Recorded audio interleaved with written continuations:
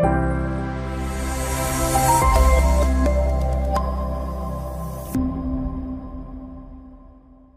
matakaw na si Thomas. Noong unang panahon, sa isang malayong nayon, may isang batang nagngangalang Thomas. Si Thomas ay kilala sa kanilang lugar bilang pinakamabait at pinakamatakaw na bata. Tuwing umaga, pagkagising ni Thomas, ang unang iniisip niya ay kung ano ang almusal nila. Paborito niya ang tapsilog at lagi niyang hinihiling sa kanyang ina na ito ang ihanda. "Nanay, gutom na po ako," ang lagi niyang sinasabi habang kumakalam ang kanyang tiyan. At agad namang ihahain ng kanyang ina ang pagkain sa hapagkainan. Mabilis kumain si Thomas, para bang laging may karera. Ubos agad ang kanin, tapa, at itlog na inihanda ng kanyang ina. Pagkatapos kumain ng almusal, pupunta siya sa bakuran nila upang maglaro. Ngunit hindi magtatagal ay maghahanap na naman siya ng makakain. "Nanay, pwede po ba akong kumuha ng prutas?" tanong ni Thomas. Paborito niya ang mangga, saging, at mansanas. "Sige, Thomas," sagot ng kanyang ina. "Pero wag mong ubusin ang lahat ng prutas. Kailangan nating magtira para sa merienda mamaya." Ngunit si Thomas ay napakatakaw. Kadalasan, kahit sinabi na ng kanyang ina na magtira, ubos pa rin ang prutas sa loob ng ilang minuto. Nang sumapit ang tanghalian, handa na naman ang kanyang ina ng masarap na pagkain. "Thomas, panahon na para kumain ng tanghalian," tawag ng kanyang ina. Sa tuwing tanghalian, paborito ni Thomas ang adobo at sinigang. Masigla niyang kinakain ang lahat ng inihain sa kanya.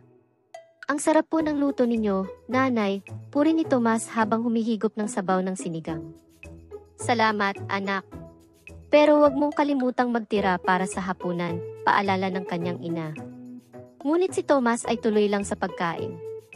Pagkatapos ng tanghalian, maglalaro muli si Thomas kasama ang kanyang mga kaibigan. Sila ay magtutumbang preso, tagu-taguan, at luksong baka. Subalit kahit abala sa laro, hindi pa rin mawala sa isip ni Thomas ang pagkain. Sa tuwing magpapahinga, pupunta siya sa tindahan para bumili ng candy at chocolate. "Thomas, bakit parang lagi kang gutom?" tanong ng kanyang kaibigan na si Lito.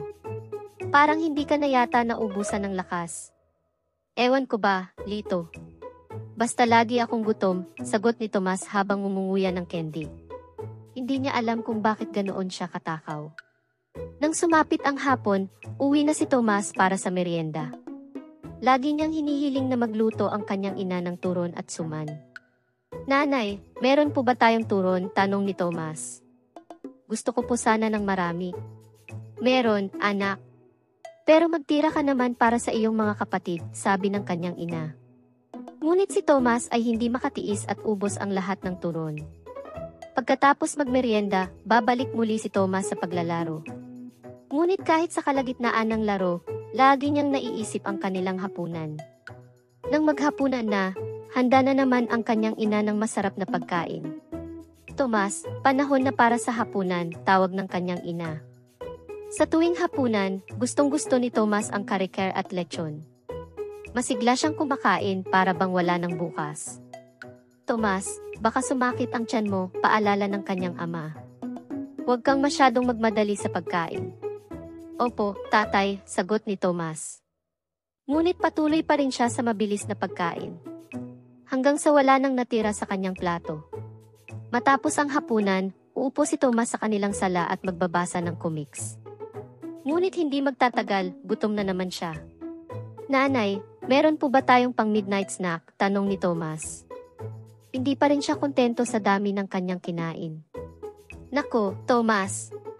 Kailangan mong magtipid sa pagkain," sabi ng kanyang ina. "Baka bukas wala na tayong makain." Ngunit si Thomas ay patuloy pa rin sa kanyang pagkatakaw. Wala siyang pinipiling oras at laging gutom. Isang araw, napansin ng kanyang mga magulang na bumibigat na si Thomas. Nagsimula na ring sumakit ang kanyang tiyan. "Anak, kailangan nating magpunta sa doktor," sabi ng kanyang ina. "Mukhang hindi na maganda ang kalagayan mo." Kaya't dinala siya ng kanyang mga magulang sa doktor. Matapos suriin, sinabi ng doktor na sobrang taba na ni Thomas at kailangan niyang magbawas ng pagkain. "Thomas, kailangan mong mag-diet," sabi ng doktor. Hindi na maganda ang iyong kalagayan. Baka magkasakit ka pa ng husto. Natakot si Thomas sa sinabi ng doktor. Ayaw niyang magkasakit kaya't napagdesisyonan niyang magbago. Simula ngayon, kakain na ako ng tama, pangako ni Thomas sa kanyang sarili. Hindi na ako magiging matakaw. Sa tulong ng kanyang mga magulang, sinimulan ni Thomas ang tamang pagkain. Binigyan siya ng sapat na dami ng pagkain at prutas. Sa una, nahirapan si Thomas na mag-adjust. Lagi siyang gutom at hinahanap-hanap ang maraming pagkain. Kaya mo yan, Thomas, sabi ng kanyang ama. Para sa iyong kalusugan, kailangan mong magbawas ng pagkain. Unti-unti, nasanay na rin si Thomas sa tamang dami ng pagkain. Natutunan niyang kumain ng masusustansyang pagkain tulad ng gulay at prutas. Nagustuhan na rin niya ang iba't ibang klase ng luto ng gulay. Natutunan niyang magustuhan ang kalabasa, ampalaya, at talong. Ang sarap pala ng gulay, sabi ni Thomas. Bakit ngayon ko lang ito natikman? Sa tuwing may almusal, tanghalian, at hapunan, sinisiguro ni Thomas na tamang dami lang ang kanyang kinakain. Nanay, paborito ko na ang chop suey, sabi ni Thomas habang ngumunguya ng masarap na gulay. Salamat po sa pagluluto ng masustansyang pagkain. Walang anuman, anak, sagot ng kanyang ina. Masaya akong makita kang kumakain ng tama.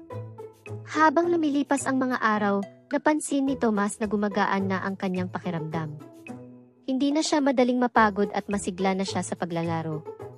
Thomas, ang laki ng pinagbago mo, sabi ng kanyang kaibigang si Lito. Hindi ka natakaw tulad dati. Oo nga, Lito, sagot ni Thomas. Mas maganda pala ang pakiramdam kapag kumakain ka ng tama. Naging inspirasyon si Thomas sa kanyang mga kaibigan. Pati sila ay natutong kumain ng masusustansyang pagkain. Thomas, ang galing mo, sabi ng isa pa niyang kaibigan. Dahil sa'yo, natuto rin kaming kumain ng gulay. Masaya si Thomas dahil hindi lang siya ang natutong kumain ng tama, kundi pati na rin ang kanyang mga kaibigan. Dumating ang araw na sumali si Thomas sa isang paligsahan sa kanilang paaralan. Ito ay ang Healthy Eating Contest. Kayang-kaya mo yan, Thomas, sabi ng kanyang guro. Alam naming kaya mong manalo dahil sa mga pagbabago mo. Naghanda si Thomas para sa paligsahan. Inaral niya ang iba't ibang impormasyon tungkol sa masustansyang pagkain. Nang araw ng paligsahan, ipinakita ni Thomas ang kanyang kaalaman sa pagkain ng gulay, prutas, at tamang dami ng pagkain. Napakagaling mo, Thomas, sabi ng mga hurado. Malaki ang pagbabago mo mula noon. Sa huli, nanalo si Thomas sa paligsahan. Hindi lang dahil sa kanyang kaalaman kundi pati na rin sa kanyang sipag at tiyaga sa pagbabago. Salamat po sa inyong lahat, sabi ni Thomas. Natutunan ko po na ang tamang pagkain ay mahalaga para sa kalusugan. Ipinagmalaki siya ng kanyang mga magulang at guro. Thomas, ipinagmamalaki ka namin, sabi ng kanyang ina. Ipagpatuloy mo lang ang tamang pagkain. Opo, nanay, sagot ni Thomas. Hindi na po ako magiging matakaw tulad noon. Simula noon, naging huwaran si Thomas sa kanilang nayon. Maraming bata ang sumunod sa kanyang halimbawa. Thomas, paano mo nagawang magbago? Tanong ng isa pang bata. Nahirapan ka ba? Oo, sa umpisa mahirap, sagot ni Thomas. Pero kung gusto mong maging usog, kailangan mong magsikap. Sa kanilang paaralan, itinuro rin ni Thomas sa kanyang mga kaklase ang kahalagahan ng tamang pagkain. Mga kaibigan, huwag kayong matakaw tulad ko noon, sabi ni Thomas sa harap ng klase. Mas maganda ang pakiramdam kapag tama ang pagkain natin. Natuto ang mga bata mula sa karanasan ni Thomas. Sila rin ay natutong magbawas ng labis na pagkain at kumain ng masustansyang pagkain. Thomas, salamat sa iyong kwento, sabi ng kanyang guro. Naging inspirasyon ka sa marami.